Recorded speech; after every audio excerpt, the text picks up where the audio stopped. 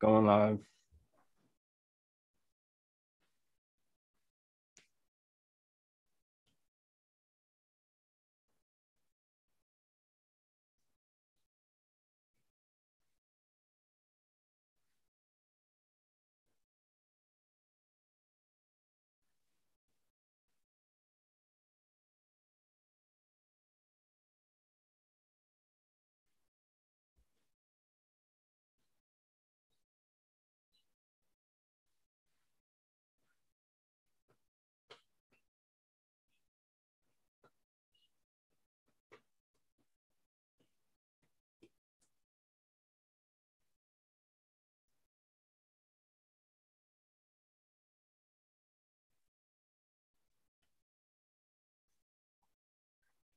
Thanks for joining, everybody. We'll go ahead and get started. I just wanted to welcome everybody to Homecoming Week, and that's the purpose of this event, to welcome everybody to Homecoming Week this year, 2021. This is the event where we set the tone for what to expect and what to think about as you're exploring the Esri User Conference, but also as you're exploring all of the events that we have lined up for the homecoming this year. So for those who may not be familiar, North Star, which is one of the organizations that's leading this effort to bring the homecoming to you. We're a community organization that is focused on advancing equity and belonging for people of the Black or African diaspora in GIS, geography, the geosciences, and beyond. We tend to do that by focusing in three areas. We'd like to find opportunities to increase networking and collaboration for people across the diaspora, and we want to raise awareness of opportunities that exist within GIS in terms of academic pursuits, career, entrepreneurial interests, but also opportunities to impact communities. And one of the most significant ways that we think about encouraging people to impact communities is using GIS to advance equity and social justice. And just before I talk a bit more about what the homecoming is, why we do this, I just want to thank our sponsors at Critigen, Here Technologies, and Unity and Power at Here Technologies, North Star, of course, Spatial GIS, also one of the sort of the organizing engines behind all of these events, and African Women in GIS. All of us came together over the past few months, as we did the year before, to try to design an experience for folks to, as I said before, to increase opportunities to connect, largely around the idea of fostering community and equity for people of the African diaspora within GIS. And we sort of wrap a conference around the Esri User Conference, recognizing that usually once a year, well, every year, the User Conference presents an opportunity for people across the African diaspora, wherever you are in the world, to come together virtually or in person around our shared interest in GIS. And it has always created opportunities for Black folks and people in the African diaspora to connect offline, outside of the conference. And so we wanted to make sure that there are always experiences that we're sort of organizing collectively where we can make those connections. So this year, our main theme is creating and innovating through and beyond the pandemic. And we're excited to share our own takes as individuals about what that means to us. But we also want you to know that this is a part of a series of events. Yesterday, there was a happy hour. It was a lot of fun. Thanks everybody for showing up. There'll be some more later on. I'll show you in the schedule. And today you're at the Welcome to the Homecoming keynote event. The schedule is pretty intense. So we've broken this up. Monday and Tuesday, there's the African Women in GIS Research Symposium. They're bringing together women from across the region to share their insights for an hour, and you can catch them at 7 a.m. in Pacific time, 10 a.m. Eastern, or 3 p.m. GMT +1. And then there's the Careers in GIS panel discussion, where the focus is the idea that GIS can look like you too. And in fact, it does. So there are Black folks at every leg of the journey in a career or an entrepreneurial mission in GIS. And we just want to highlight a few folks, and we try to take time to do that from time to time. And so in that conversation, you're going to hear from people who are at different stages in their pursuits in the field of GIS. And I'm excited to have them share their journeys and give some insight to folks who are thinking about their own, reflecting on their own career and what their next steps could be, and also inviting more people to join up. And then there's also the education spotlight later on in that evening, where the C3 initiative, which is an organization that's dedicated to increase the access to the STEM field for kids from underrepresented communities, primarily children of color, most importantly, Black children. And they put together great training experiences that meet children where they are, get them excited about GIS around the things that they're already excited about, and they get to experience real world scenarios in a fictitious sort of setting, and it's a lot of fun. And then there's a African Nations focused happy hour that'll happen 3 a.m., 6 a.m., 11 a.m., depending on where you are. And it's another opportunity to connect. And there's another happy hour for folks who are in the sort of with the time zones of the Americas in mind. So 4 p.m. PDT and 7 p.m. Eastern. And for Wednesday and Thursday, another opportunity for folks in the African nations to connect.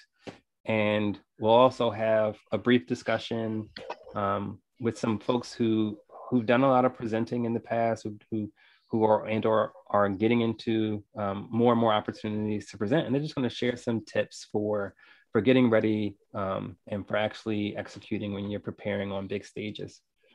And then we'll have another really exciting conversation putting HBCUs and the students at HBCUs into focus. There's an exciting project that Dr. David Padgett has been working on in Africatown, and we're excited to have you learn more about that. And then the final event, the ultimate event, the homecoming special interest group meeting, which is brought to you by North Star and Blacks in GIS, which is actually on the Esri user conference platform. So to join that event, you've got to take advantage of the complimentary registration that many people have access to. If you're a student in school in I think it's this year, and or graduating this year, you get student access. If your organization has a maintenance or a subscription to ArcGIS that's active, anybody in that organization gets access, and that's going to be many organizations, especially state, local, and federal government. And if all else fails, even if you have a personal use license, I should say, you can also get complimentary access along with your personal use license to the Esri user conference. So definitely join up and listen to a great conversation. So today, like I said, the agenda is we're having a conversation, right? And we want to just be in conversation with our colleagues and folks from across the diaspora. And so opening up that conversation, we're going to reflect on our own personal views about what this theme means this year. And we want to inspire everybody to get ready for the Esri User Conference and for the rest of the homecoming week. Then one of the speakers, who will be introducing themselves in a moment, will share a technology demonstration showing the use of GIS to preserve and share history. And then we're going to talk about the future of GIS. We're going to just talk about what we think is exciting to look out for as you think about the future of GIS. And we want to share our own thoughts and reflections for newcomers to the field of GIS and for that next generation of GIS professionals as well. And then we'll make time for a brief moderated discussion. So I'll transition into that first section now, this opening discussion. And I just want to invite some of the folks here to come off mute and introduce yourselves. There are people here from different parts of the diaspora, different industries, different primary industries, from different kinds of organizations at different stages in their aspirations in GIS. And so I just want take some time and let them share with you their role, what they do right now, and what they're excited about in GIS right now. The first person I see is TJ. So TJ, why don't you go first and then pick the person who goes next? All right, all right. Good morning, afternoon, evening to all. All of you look so beautiful and happy, and I feel the energy. My name is Tyan Crump Tally. I go by TJ because it's a little lot to say. I am from Here Technologies, and I've been with Here Technologies for about 8 years, collaborating with GIS, North Star, and Esri for about, I would say, maybe 3 years now. We can include the pandemic, so it's been so excited to be here and ready to take this discussion somewhere extreme and delightful. I'll pass it on to the next person I see, which is actually Veronique. Hello, darling. Hi, thanks for passing it on to me. My name is Veronique Coutier, and as TJ mentioned, I also go by V or Vero. My pronouns are she, her, hers, and I'm really excited to be here. By training, I'm not a GIS person, if anyone really is a GIS person at some point, whatever that even means. I was a biologist by training, and I've been doing GIS for full-time as a full-time position. I have my own consulting company and equity consulting.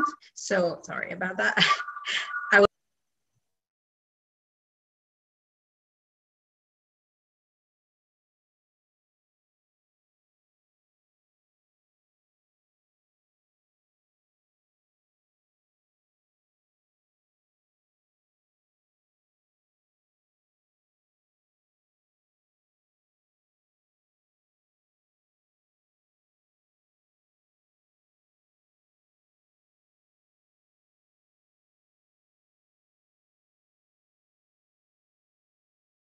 And I'm muted. Sorry. Um, so we're having some technical difficulties, I think, on V's and while we work through those issues, maybe Dr. Wright, maybe you can give an introduction for yourself. Absolutely delighted. Warm greetings and big hugs to everyone. My name is Dr. Dawn Wright. I am Esri's chief scientist. My pronouns are she, her, and I use the Spanish ella. And I've been with Esri for, this will be my 10th anniversary at Esri. And this year is my 30th anniversary in the GIS industry. So the homecoming is an absolutely perfect way for me to celebrate those milestones. And so I very much appreciate being here with all of you and being involved in this very, very important conversation at this very, very important time for us, our people in the GIS industry, for the GIS industry in general, and certainly for the planet. So I can pass on to someone else, Clinton. How about Jeremy? He's the one I see on my screen.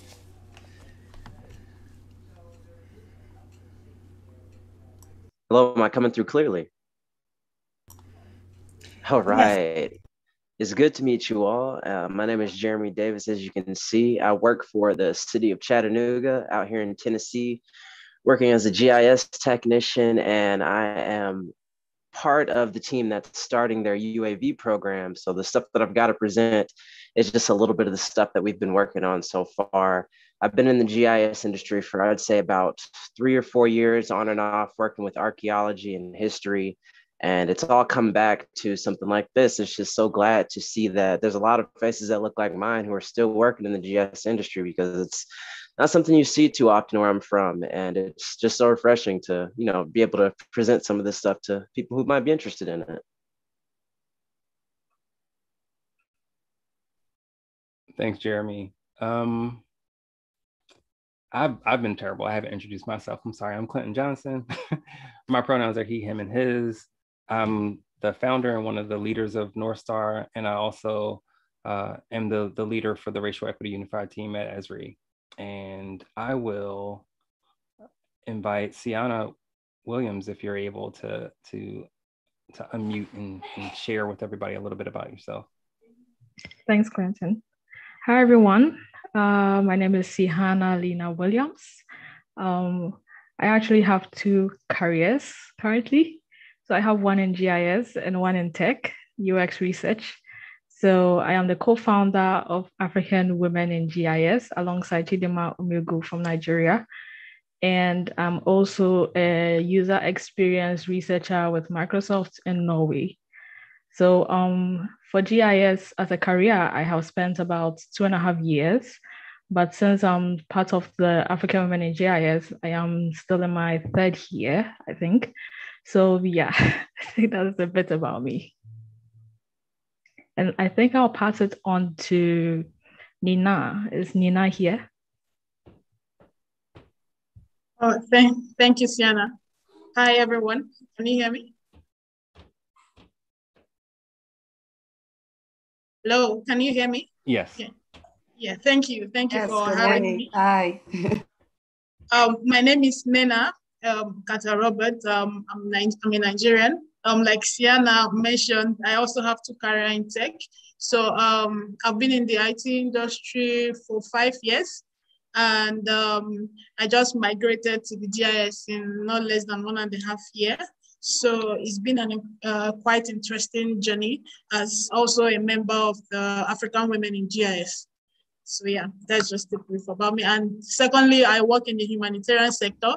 So because of the challenges we are having in this part of the world, Nigeria in quote, so I'm trying to see how I can bring in GIS to the system, because we've been having a lot of backhoes in that aspect, to see how we can support our relief efforts. So that's it. Thank you.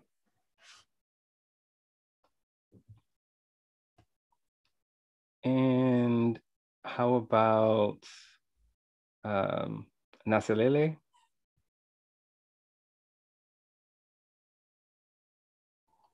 Sure, thanks, Clinton. Hi, everyone. My name is Naslele Amatende Mwimbwa. I am coming from Zambia. My pronouns are she or her. I've been in the GIS space for 11 years now. Yeah, I'm really happy to be here to meet all of you and learn all the great work that you have been doing. My career is two-faceted. I've spent most of my life at the Zambia Statistics Agency.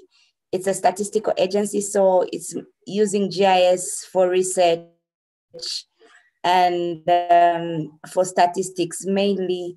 But now I've recently joined.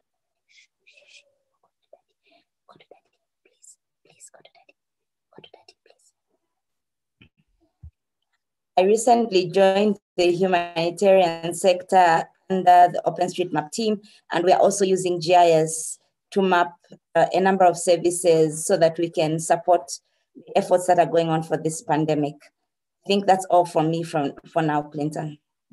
Thank you. Appreciate it, and excited to hear about some of those efforts to support folks during the pandemic.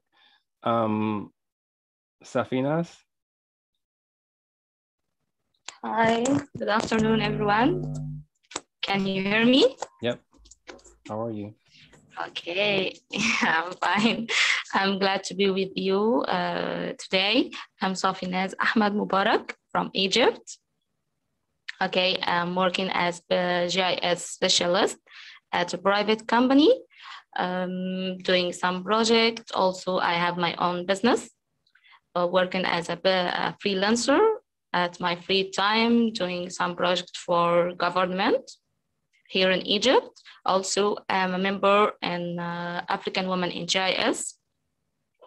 Also, I'm still fresh, just 4 years or around 5 years in GIS industry.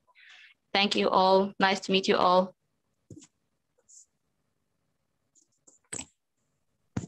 And sorry, or are you going to pass to your colleague? Okay, let me see which one.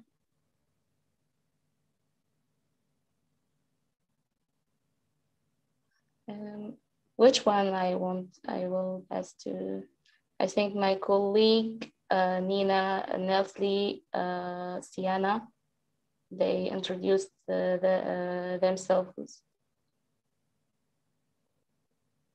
I think we have Ola. Yeah. Good afternoon, everyone. Can you hear me? Yes. Okay, so good evening, everyone. My name is Omowonola, and I'm joining from Nigeria. I work as a GIS analyst and in the energy sector. So what we try to do is we try to use GIS to solve this issue of energy and provide renewable energy to rural communities who need access to energy. And I'm also the co-host of Africa Agile Convo, and I'm so glad to be here today.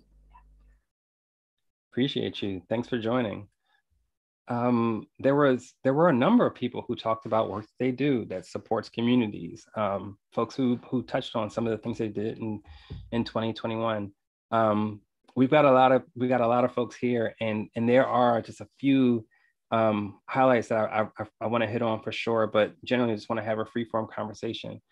I'm excited to have folks from African Women in GIS share some of the work that they did last year and into this year to create space for African women in GIS and create opportunities for folks to learn more about the technology and to be highlighted and elevated into the sphere of GIS.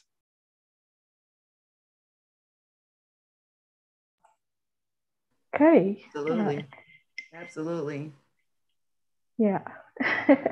I think I'll take it from here as a representative of African women in GIS. Can I share my screen real quick?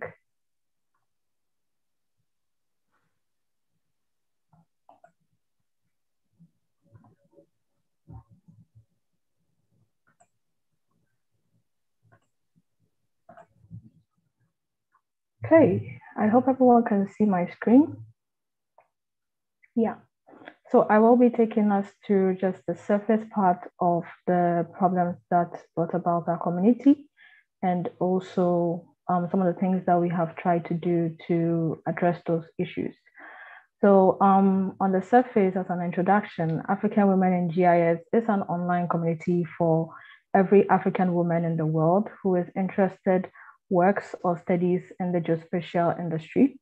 And our community came about from a series of issues that we realized after I had a conversation with Chidima Umegu in 2019.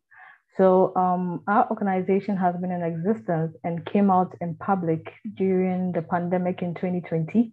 And as such, we tried as much as possible to create solutions that can help our members to benefit from the opportunities that we create during the pandemic online. Therefore, we are a purely online community so that our members all over the world can benefit from our initiatives. So first of all, some of the problems that came up that influenced our organization is the fact that we had fundamental and career path problems. Fundamental being that we realized that the STEM field was predominantly, basically it had a lot of men in the industry in Africa. Therefore, we kind of wanted to close that gender gap. That was also part of the initiatives that we wanted to kind of bring out.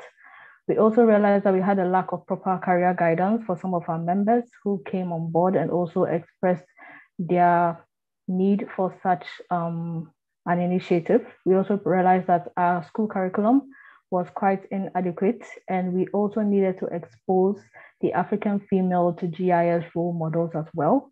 We needed to also create grassroots GIS benefits and application awareness among students and the public, as well as to address the gender career tenacity of some of our African parents. In terms of career, we realized that there were a limited number of GIS jobs. And as the pandemic came, it also influenced a lot of people's jobs as well. We also realized that people did not have access to GIS job information, as well as even GIS mentors for career growth. And also we realized that it was very difficult to get affordable GIS events and skills to upgrade themselves and to also engage in projects that can help them to build their portfolios as well. Therefore, as a community, we decided to come up with certain initiatives that could help us to address these particular issues. So as such, as a community and with the help of various executives, as you can see Dr. Don right here.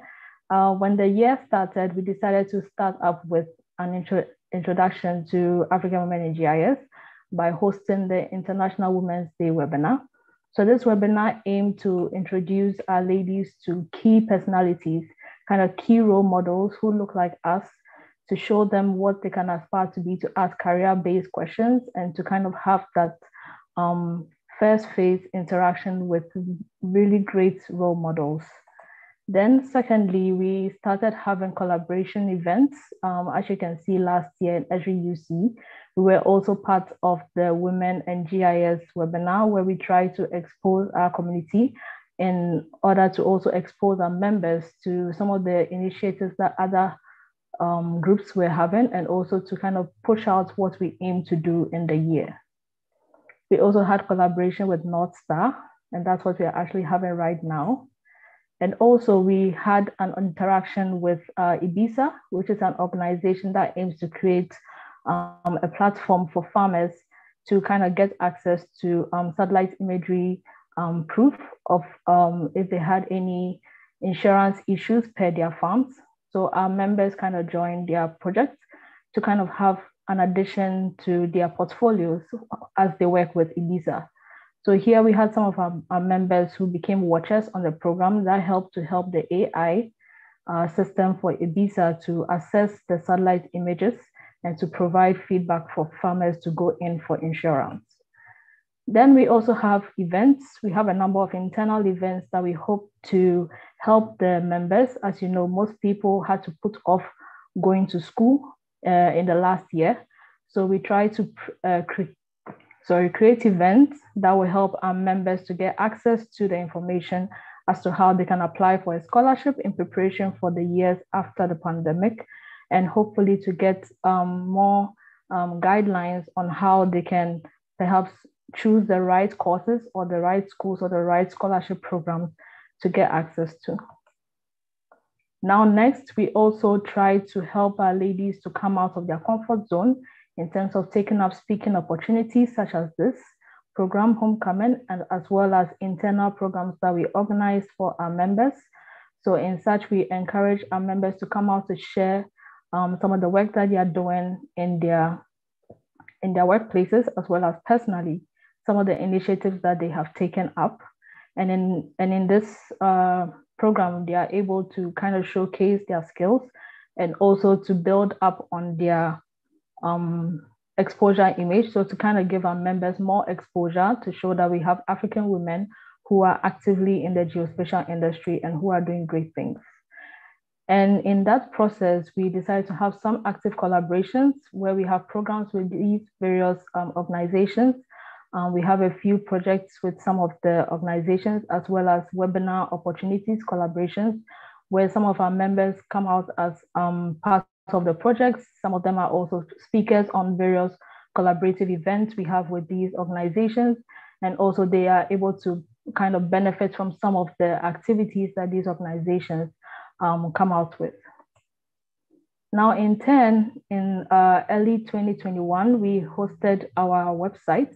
And one of the key parts of our website is to create a specific page for our members who have access to showing their profiles, to kind of show, kind of give the public access to a number of people who are willing to be speakers, who are willing to be consultants, who are willing to kind of take up any related geo work that they are very interested in. So this is purely based on the fact that you are willing to give your information. And this is based on data that the members have actively and want to give out for people to get access to them.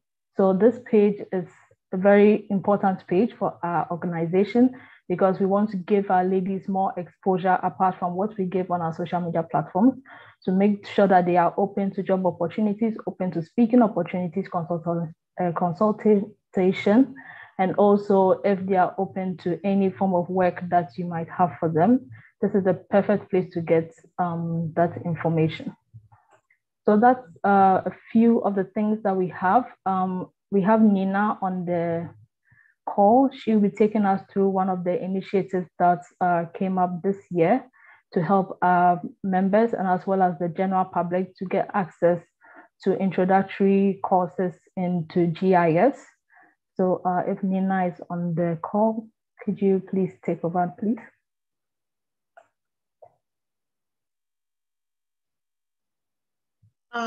Hello, thank you very much, Sienna. Can you hear me? Yeah. Okay, thank you. So please permit me to share my screen.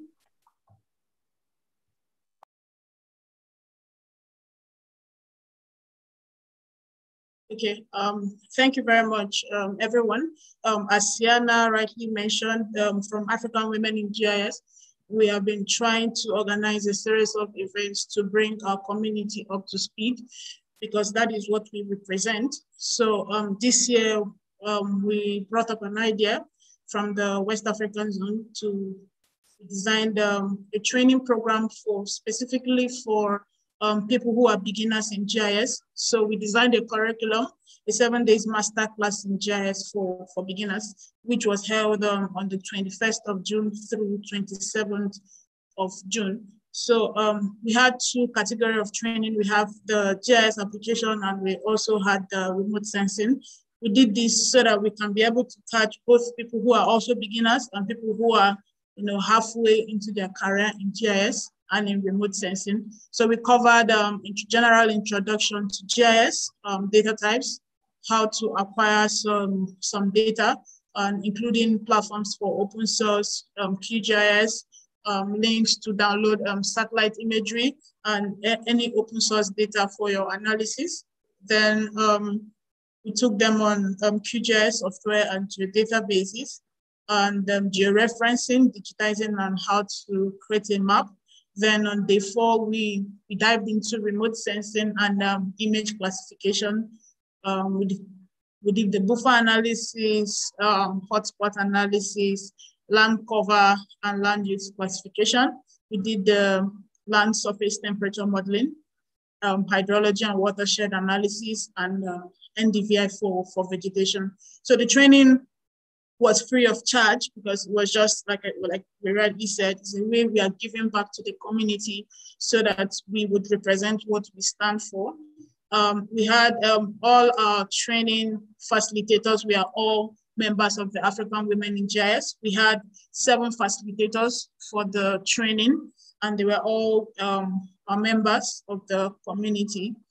And for the training, we had a total number of 702 registered participants, which was a huge number. We actually wasn't expecting this number of participants, but with this number, it triggered us to show that the level of interest out there in the community. A lot of people are eager to learn GIS.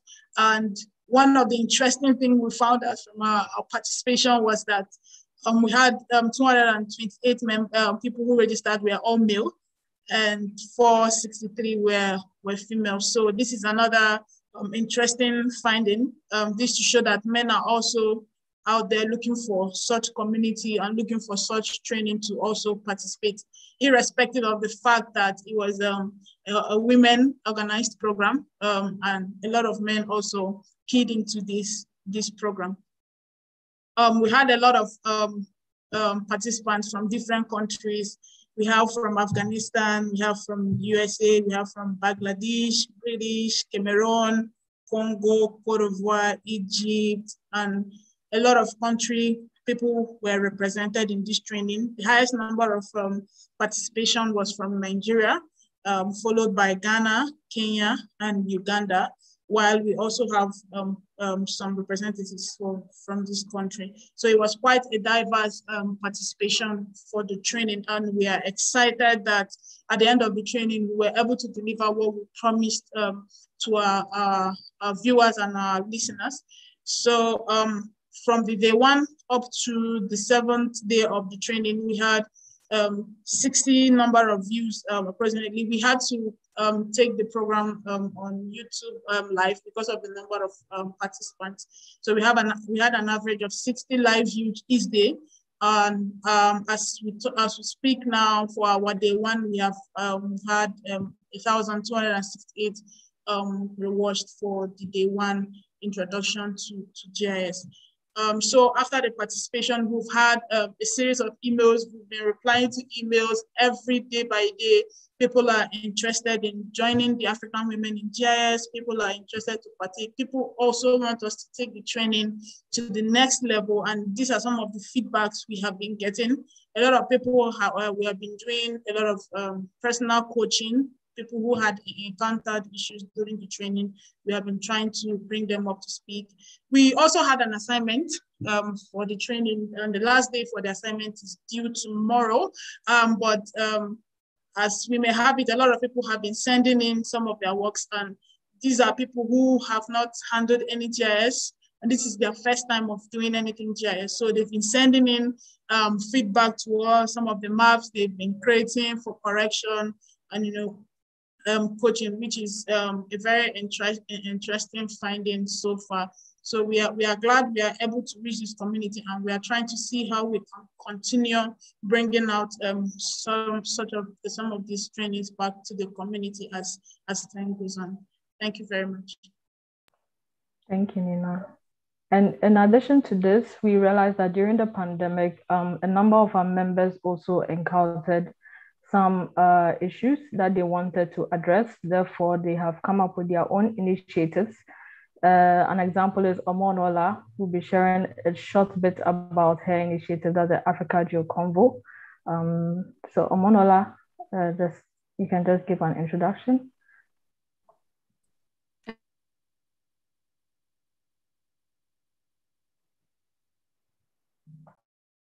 Well, okay. So my name is Omonola, and I'm a co-host for the Africa Geo Convo.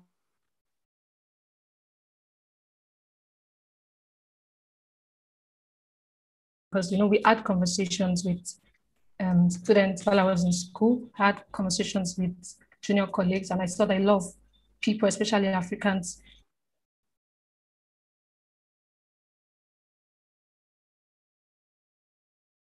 They really do not know what they were going to be doing with their geospatial GIS certificates. And it's not because we do not have enough resources out there. So I feel like maybe because they do not see enough representation. So a lot of resources out there.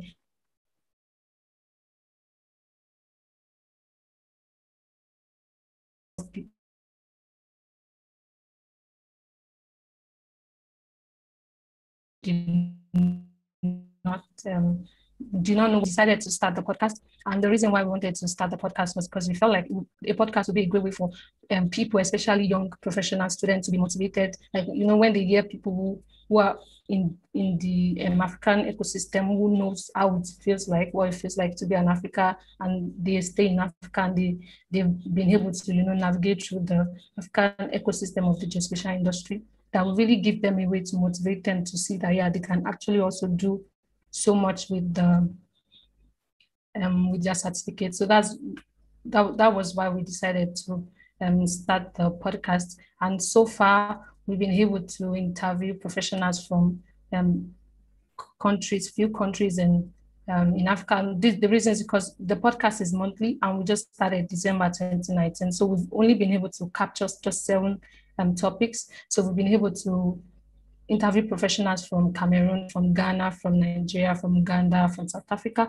Inenab, that I just spoke before, was actually one of the people we interviewed in our podcast. And for our interview, she was able to capture scholarships opportunity for GIS students in Africa, how to reach out to research to professors and get research assistantship, because she is also she won a scholarship like 2 years ago, and so far this is what we've been able to do, and we also received sponsorship from Humanitarian OpenStreet Map team, the OT.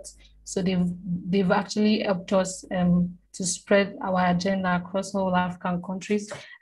So if you'd like to hear more about the podcast or you'd like to reach out to us, you can go on our website and you'll be able to see our previous interviews, and you can also email us if you like to support us or you have questions for us.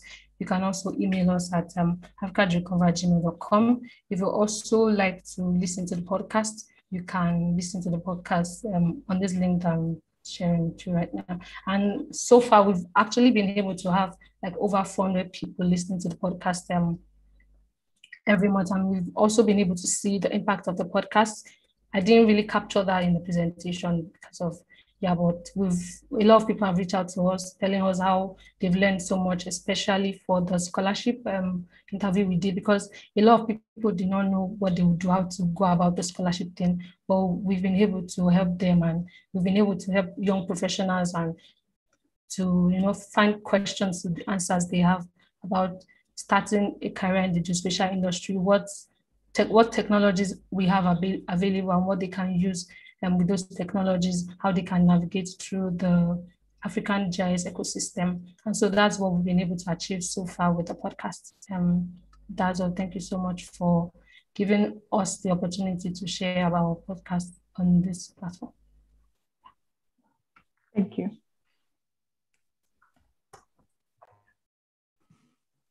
Thanks for sharing. One second.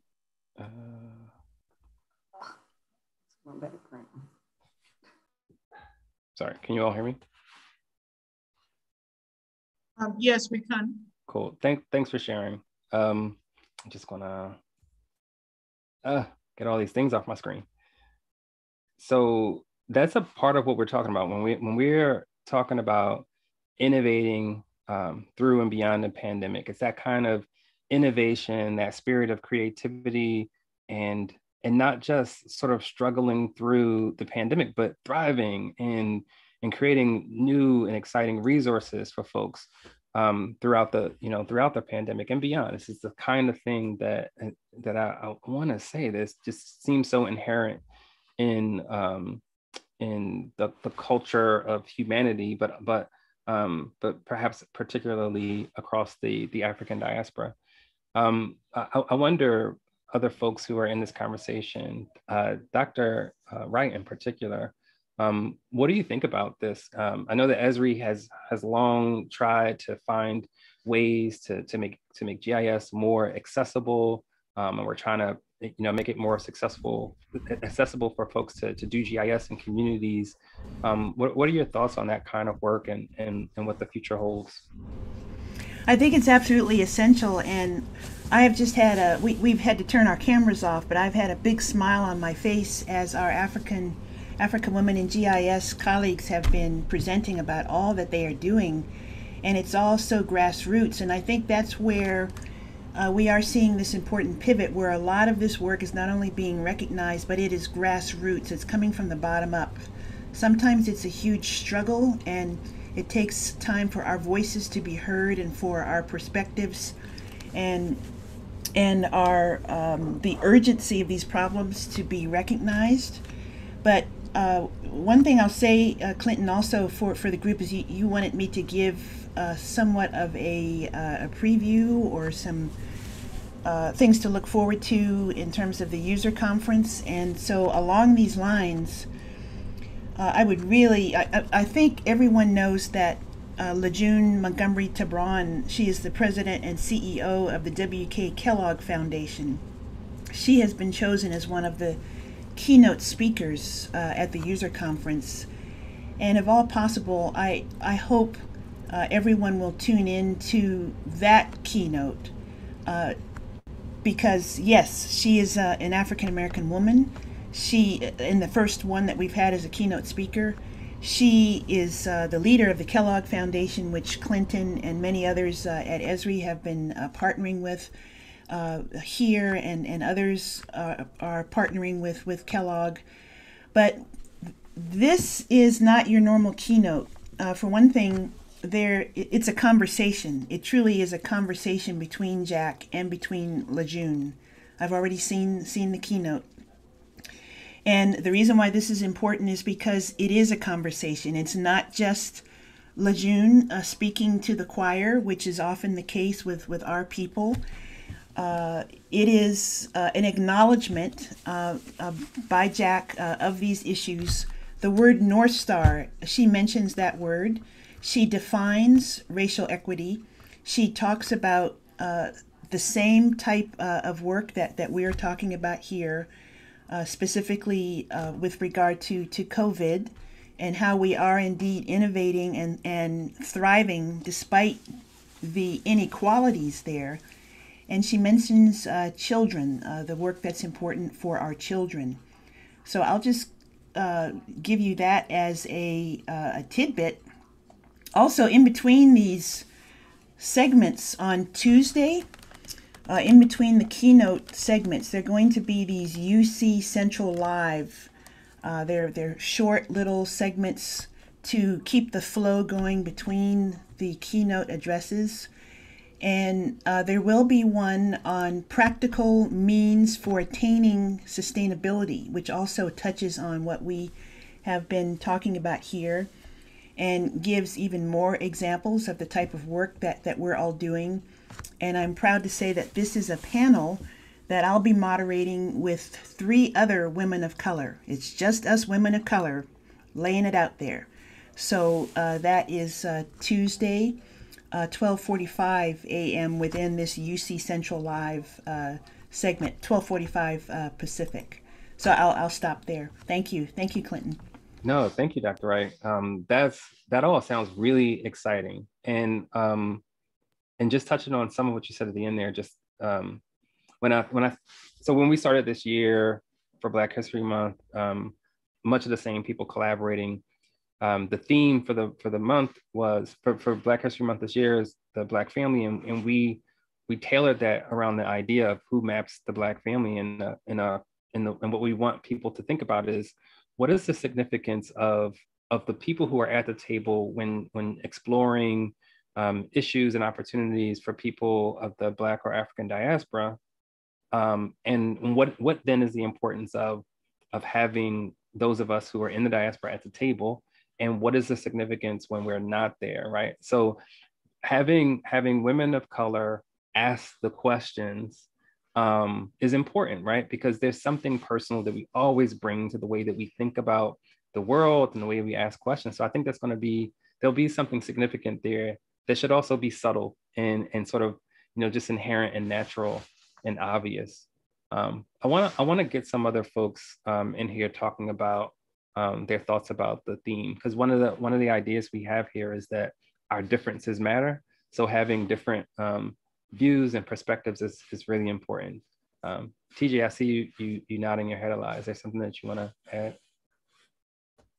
So, before we started this collaboration, Clinton, 2 years ago, meeting you, and can you guys hear me okay? Should always test. Okay. When we come together and we talk about grassroots and we talk about African Americans and women and GIS and technology and all of it, the theme with creating an innovation through this pandemic has been so passionate, not just because of being a woman of color in GIS and in technology, but seeing all of us as a people come together through such tragedy, seeing the bigger picture.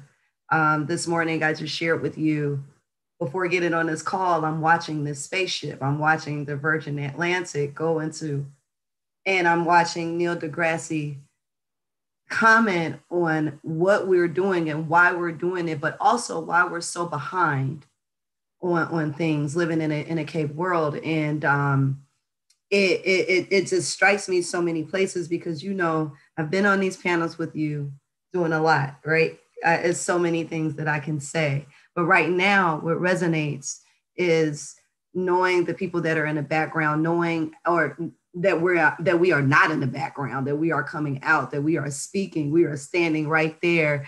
They talked about, it made me think about our first rocket that went to the moon and the Black women that were running that whole entire show. And that was what, 50 years ago, so while, and all of these inventions and Tesla it's so overwhelming, but it's so exciting at the same time to see that going. And just to segue into Here Technologies and what we're doing right now, just with our Here We Go app, with our software that Esri we partnered with for so many years, and using as far as ArcGIS and the mapping could say, that is my field. That is exactly what I do day to day.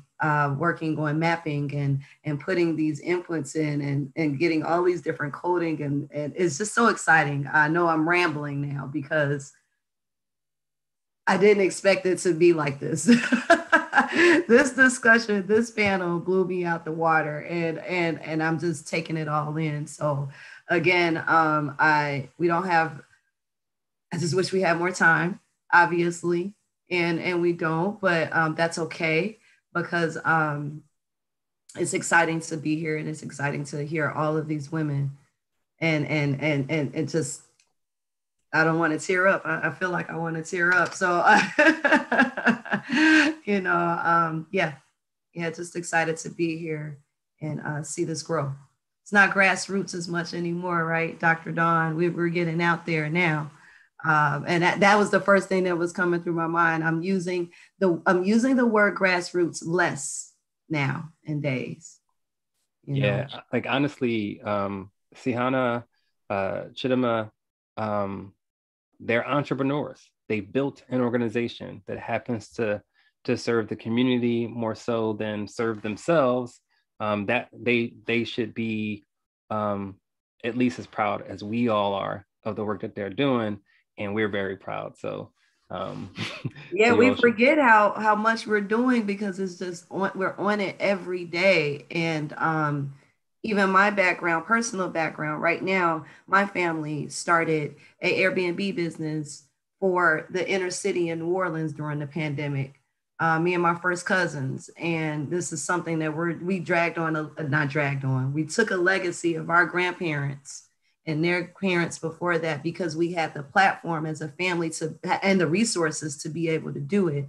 And it started from just having a family with education, obviously was the key, but not just that, my grandfather motivated the girls in his family, especially because his thing was, don't stop.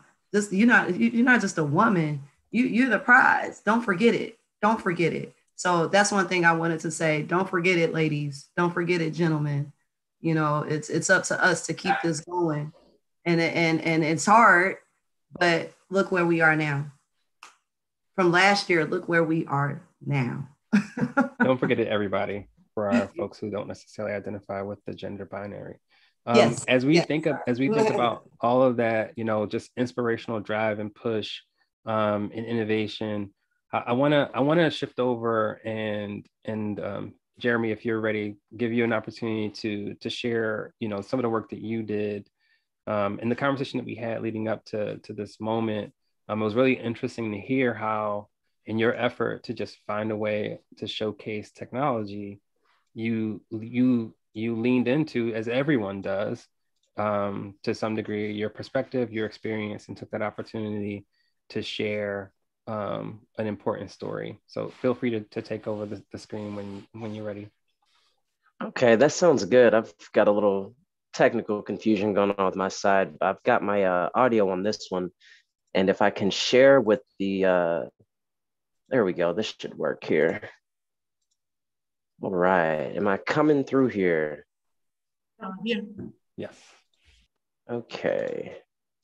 So if you can see what I've got here, this is the Browns Ferry Tavern out here in Chattanooga. And like I said before, I've got a little bit of background in archaeology. So a lot of this knowledge just comes from my just willingness to get out there and figure out what's actually out in the field.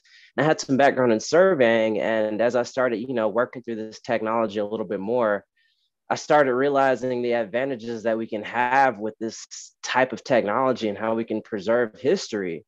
And like Clinton said earlier, it all started from just looking for a cool little area to do a demonstration on out here in Chattanooga. But as I started diving more, you start seeing a little bit more of the historical context and the significance of an area like this.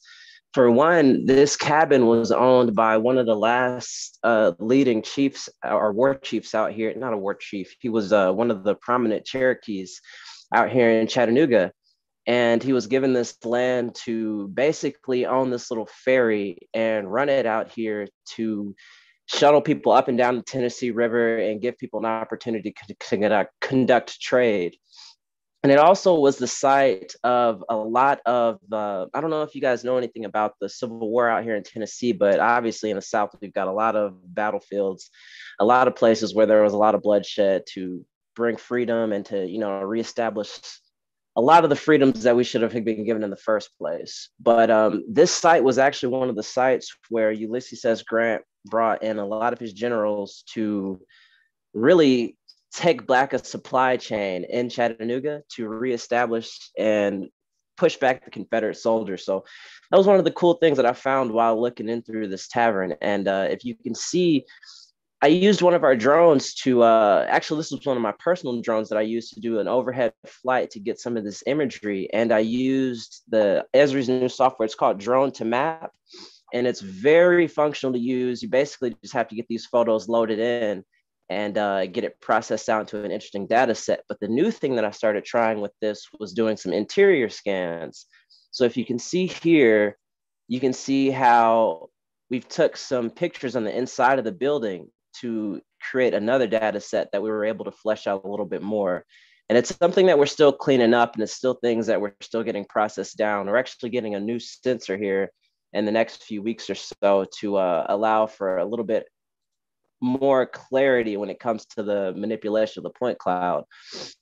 But yeah, it's really exciting. It's a project that I'm really passionate about, and it's something that it's just been getting more and more fun as I've been getting more involved with it and just seeing how the technology can be pushed and just being involved with it. And it's funny that you guys mentioned how we were able to adapt this through COVID, because this same technology, I don't know if you guys remember last year, but Dr. Watka mentioned an organization called Drone Forward, where they work with kids to teach STEM technology and entrepreneurship. We're actually working with some kids down in Zambia at the, if I'm not mistaken, it's the South African Institution of Aviation. And then we're bringing some of this technology and some of these skills to teach these kids how to build drones and basically just give them an opportunity to use this technology to learn about entrepreneurship skills. And this will be one of the other little examples that we're going to be showing them to say, hey, if you ever want to see what your community looks like, I mean, these drones we're sending you won't be able to do that, but this is something that you would be able to do in the future to do that. That's really cool, Jeremy. Thank you for sharing. No worries at all. Oh, so that takes us to I'm the person who clicks on the wrong things. That's who I am. You all should know it. That takes us to our conversation about the future, right? So what are some of these tech trends that all of you are inspired about? What's got you excited for the future? And we definitely want to share some reflections on what's next for folks and what to get people excited about. I'll start by saying I'm excited about how GIS is this great intersector of all things tech, AI, machine learning, drone technology, other architectural design technology, data science, all can come together in GIS. And I'm excited to have more and more opportunities to help community-based organizations use all of that to advance racial equity, to address other social injustices. And you can learn more about that kind of work in some of our sessions at the Esri User Conference. Veronique, what are some of the things that you're excited about? Well, definitely, I love everything storytelling platforms, because I used to run an education GIS platform when I worked for the Audubon Society, and working in conservation, the biggest challenge that there is doing environmental justice work or working with communities, the storytelling component. And I really love how there's so many out of the box solutions now that Esri is offering that is a huge time saver. But I think being able also to put technology in the hand of communities that is not such a steep learning curve, that they can adopt it very quickly and deploy it very quickly, something that I'm really excited to push forward and use of the technology by the community has the ability to shape the technologies in a way that we can't even like understand if we just don't focus on the GIS technology kind of thing. And I see this for myself during the pandemic. There was an oil spill in my home country, Mauritius, which I didn't get to tell you because my internet was being great. And I felt trapped. I felt like I was 10,000 miles away from home in the United States, that I couldn't do anything. So I could use spiritual technology in a lot of ways that you can think. In 72 countries, over 1,000 times, and drove donation to local nonprofit. And it goes to show the power of like the technology for storytelling and the power that it has when it's just the community telling the story rather than someone telling the story for the community. So that's definitely, like, I'm one of those GIS person who don't necessarily talk about the remote sensing, the AI. Like, I get really happy about it, but I see the potential of those out of the box solution in kind of shaping community work to be more inclusive and just. Yeah, I hear that. And I'm also similarly, I'm not always the person to like pull in tech as a thing that is at the center or that's getting me excited. It's more about how other people can be empowered through tech to engage more, right? Like there's a way that tech can be a part of our higher touch solution. And someone in the audience, Latoya, I think it is, says that they're excited about mixed reality. And I think about XR and all of the intersections of how we can pull data into people's reality more. I also think about the ways in which that can enhance storytelling. And we say storytelling, and I want people to think about that in the context of, and I'm sure you do as well, V. I'm not like trying to pivot around what you say here, but I think sometimes people don't realize that we're empowering people to tell their story, like their real experience, and it's not fictitious, it's real. So Dr. Wright, I saw you popped up, and I think about some of your work in regard to citizen science in the social sciences, more generally. Do you have any thoughts that you'd like to share? Well, I think what V just shared was fantastic along the storytelling part, because that is such a huge part of this social science initiative that we have going at Esri right now, especially qualitative social science, where even with that different perspective, people are telling their stories through story maps. And what you have been saying in terms of tech trends as well, Clinton. Another one that really excites me is this whole thing around Kubernetes. And you're going to be, for those who are able to join us at the user conference this week, Kubernetes is this new thing that we're really into at Esri. It's an open source system for automating the deployment and the scaling and the management of containerized applications.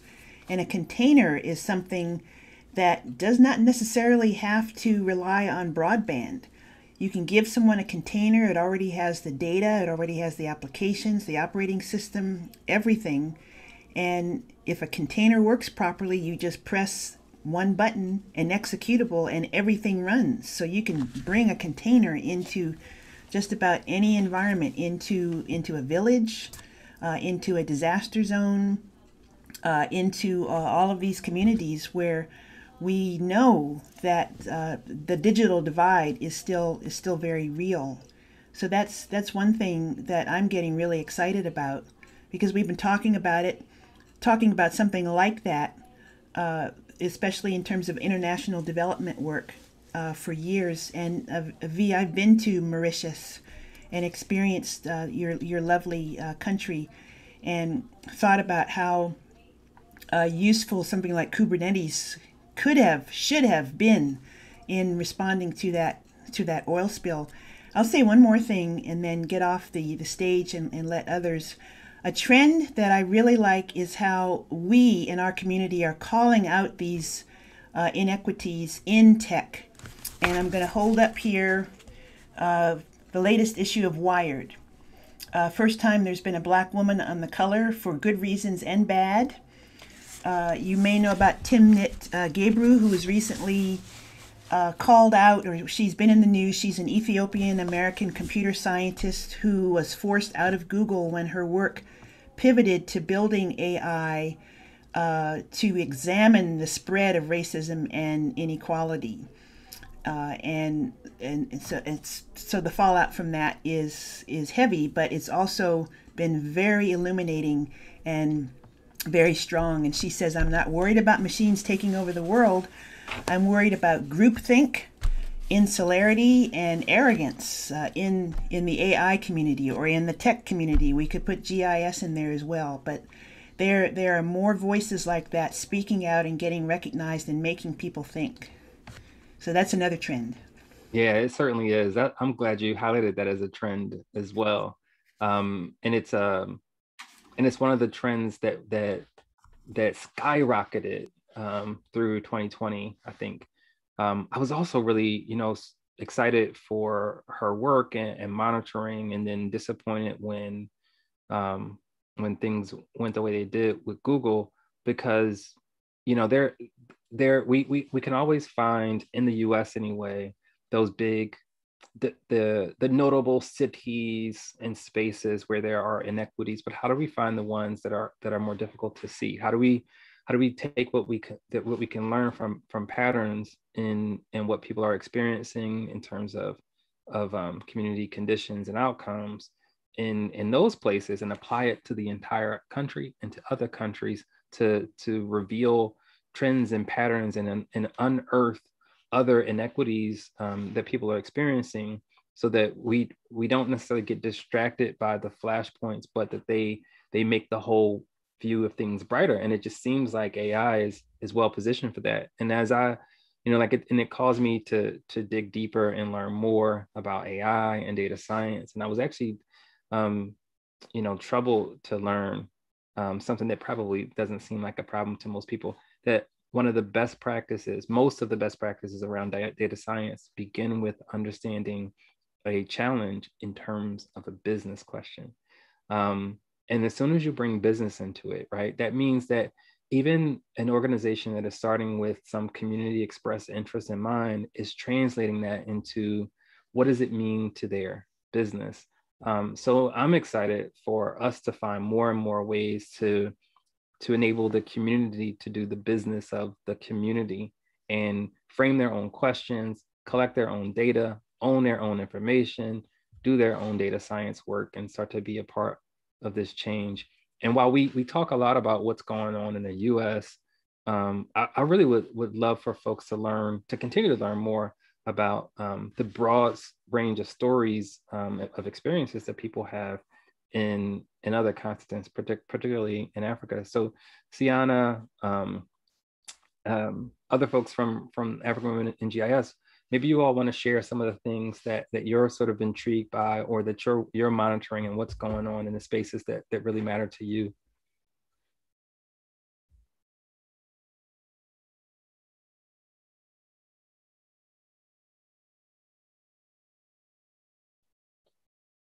Any of you can go first.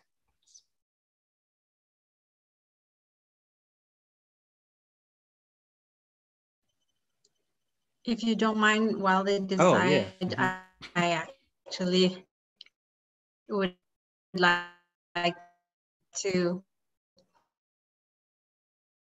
what you were saying about data, one thing that's been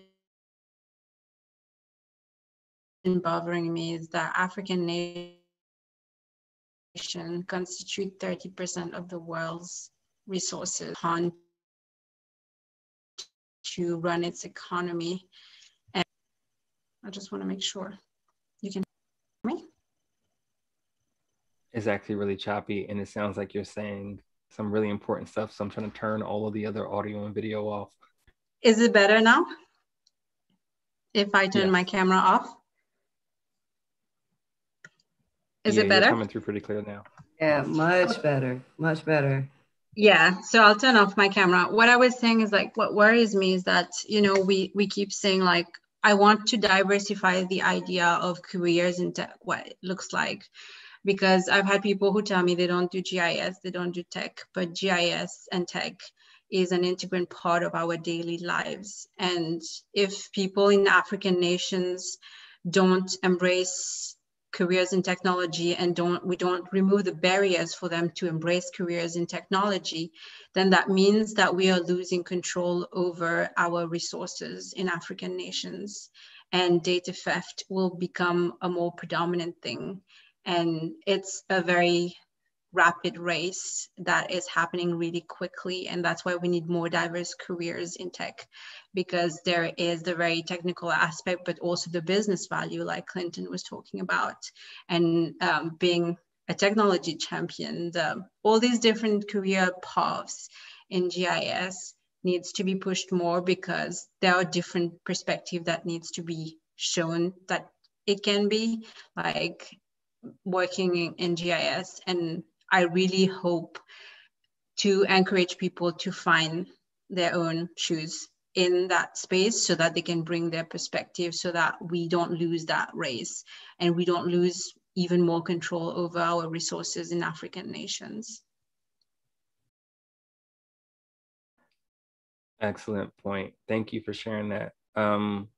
That's always been sort of, some of that has been behind why I really think it's important for us to connect as a community across the diaspora, because some of us are fairly well positioned in some places to create space for others. And one set of spaces that there's just from our experience, there's just there really aren't people who are from African nations talking about African nations in a lot of the spaces that are focused on how we use GIS to help folks anywhere, but it's particularly how we use GIS to help folks in the African nations. So I'm always excited by and inspired by the work of Sihana and her team, to bring more people who look like them into the space and empower them to do so. Sihana, I see you've come on. Would you like to go ahead? Yeah, sorry for being mute earlier. I thought my members on the call would unmute and talk. But yeah, I completely agree with what Vero mentioned. We definitely need to bring out more about Africans and also involve them a lot in the GIS space. I see a lot of improvements in the tech space for Africa. I see a lot of initiatives being done for tech in Ghana, Nigeria, in Kenya, Rwanda. Is really impressive. And I feel like we should do the same for GIS. I really like how it has improved. But as the saying goes, you really need your own data to completely understand your own country and continent. And that's one thing that I'm really happy that organizations like OSM has taken up to help Africans to kind of digitize their satellite images to create their own data. They're being proactive in terms of collecting location data in addition to the data that they already have, especially in health. So I'm seeing a lot of improvement. It's a bit slow, but we are on the track. We have a lot of drone technologies that are coming up. So we have drone technology and robotics coming up as a trend in Africa. I would say and also data science involving GIS data. So these trends are actually growing. A lot of schools have started paying attention to these trends and adding it to the curriculum, but we still need a lot of practical work involved, and also a lot of as Vero mentioned, we need a lot of personalities to come out and show that these things can be done, and to also go out into the schools and to talk to the students to make them see the other opportunities that are out there apart from what we were taught when we were younger, that we just had a limited number of opportunities. So that's what African Women in GIS aim to do, hopefully, to go to the grassroots to show them that these things can be done and that they can be part of it. So yeah, it's really a good thing that is coming up. And I think Nasibili has something to add to that. Thanks, Sienna. My network is quite bad. I'll keep my screen off. I just wanted to agree with you that there's a lot we have to do in Africa.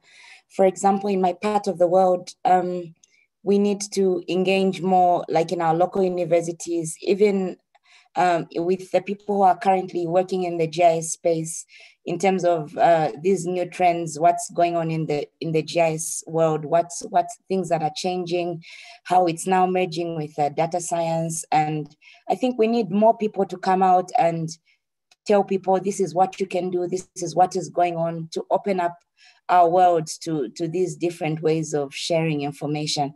For me, I think I would say my journey in GIS has been that when I started, it was so basic, but then I think along the way, and also interacting with other organizations, you begin to learn and see that there's a lot that can be done that we are currently not doing.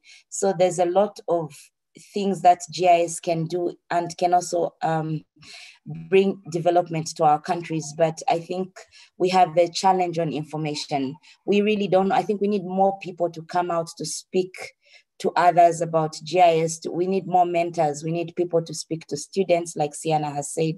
We need more people, even our lecturers in the universities, those who are teaching different courses, we need them to introduce more tech courses to be able to combine data science with tech and a lot of other things, and to be able to model data and things like that, and kind of change this notion of every time you need data, you have to rely on a survey. There's a lot of open information that we can generate using GIS, and that can help our communities. I think that's where I'll end for now. Over to you, Sienna or Clinton. There's also there was a hand raised in the audience, and I wanted to invite that person to share. If I can find them again. I see Amonola and Nina. So maybe one of them can go. Yeah, thank you so much. Okay, yeah, so thank you so much. You know, as somebody who has had like a first-hand experience of what Sienna and Nasili has said, you know, because I lead the mentorship team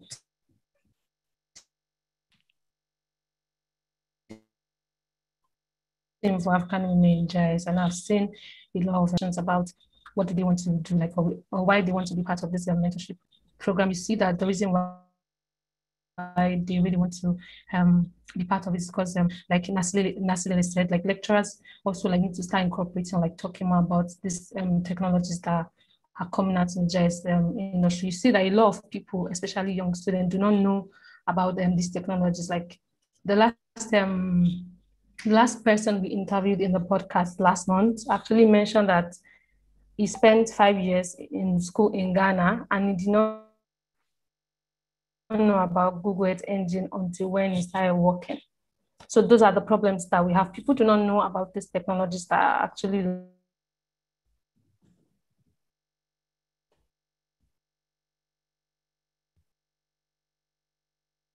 We lost your audio. like how they as far as GIS is concerned. And I just want to first and extent of this, like interview people and talking to said, yeah, that these things are valid and this push this information out there, like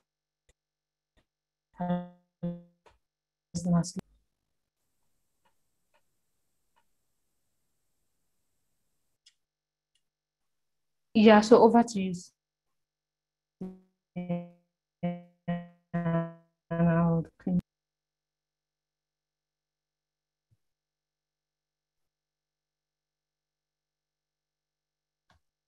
think, thank you for sharing. I think there was one person who had their hand raised in the audience, and Adrian, if you're still interested in sharing, you have access to unmute and speak up. Just let us know. While you think that over, Nena, did you want to say something? Yes, thank you very much. I think I would like to add into what Sienna rightly said. Access to data has been a bit of challenge for some time now. And also training, grassroots training in these GIS technologies. For instance, I remember sometime in 2019 during the COVID pandemic, then I was still in the UK and there was no information about COVID and its spread in Nigeria. And I was very interested in finding out such information, but because I couldn't see it, I saw it in a data format which couldn't make much meaning and sense to a lot of people. So I decided to take it upon me. I developed a COVID-19 dashboard for monitoring the spread of COVID in Nigeria. That was in 2019. But the effect was quite overwhelming because I think between the month of May 2019 to date, I think I've personally mentored or trained about 20 people in web mapping. And it's quite interesting to find out that almost all of them are master students. Meanwhile, I had a background in information technology, and my master's was in GIS actually, but you can imagine someone who has gone through all his years of studying GIS and up to master's level, and the person finds it difficult, to use some of these software. So it's quite challenging, and I think that is one of the reasons why we are here, African Women in GIS. We are trying to go down back to grassroots to see how we can, and help people who are in such category. Then another quite interesting thing is, irrespective of the fact that the data is not there, there are a lot of people who are very enthusiastic. A lot of people out there are willing to learn. Of recent, we are trying to carry out a research on atmospheric modeling, the effect on COVID and the effect of COVID on in the atmosphere. So like a reverse modeling. So we have tried to make it open to quite a lot of people, and a lot of people are, they're interested. So I feel people are looking for platforms to showcase their skills and what they are able to do, but they are not able to find out such platforms to show their skills. Thank you for sharing. Adrian or Dorothea, I see your hands were raised, and feel free to come off mute and share.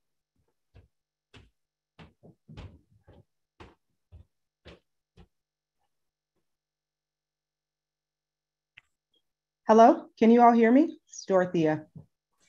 Yes, we can hear you. Hi, wonderful welcome to the homecoming. Glad to be a part of the events occurring this week. I just have one comment to the person who was speaking right before me, where we talked about training and talked about mentorships and things of that nature.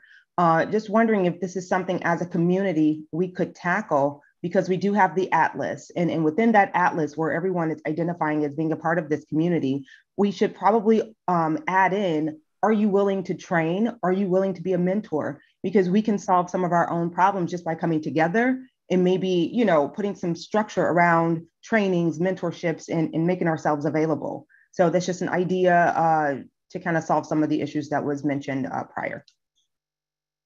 That's a great idea. That's a great idea. And I was speaking with some of the leaders of African Women in GIS, the leaders of African Women in GIS, just yesterday about how we could start doing some of that. I hadn't thought about adding that to the Atlas. It's a great idea. We should get that done soon. Very soon. I absolutely appreciate everyone who attended and shared their perspectives today, and everybody who participated in helping us to continue to grow and evolve this community. Dorothea didn't say, but she's from, I don't know, and actually I don't remember if she's at but she's from Here Technologies, one of the leads of Unity Empowered there. They've been great sponsors and partners. Thanks so much, Dr. Wright, for just being a living legend for us in the GIS community and making time to participate here today. Thanks for everybody from African Women in GIS and from Here Technologies, and thanks, Jeremy, for showing up to speak today. Thanks to everybody in the audience for sure, and definitely check out some of the other events that are coming up. We definitely would love to see you there.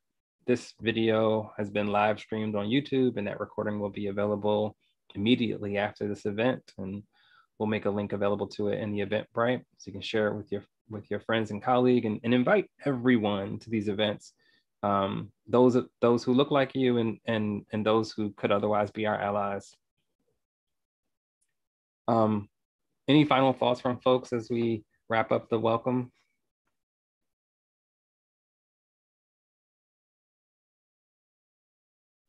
Yes, talking about mentorship, I think we in the African Women in GIS, that is what we have been doing as a group and also individually. So I think we can open it up to greater collaborations for any other individuals or organizations. So we could form like a community of practice for GIS practitioners, that could provide trainings to people. So apart from training on grassroots, community of practice is also a key way of, bringing people up to speed in GIS.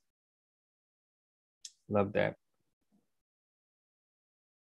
Okay, thanks everybody again. Really appreciate you. Enjoy the rest of your Sunday. Thank you. Bye. Thank you so much. Bye, everyone. Thank you. Bye, everyone. Thank you, everyone. Bye, everyone. Bye. Thank you. Bye. Bye. Thank you all. Bye.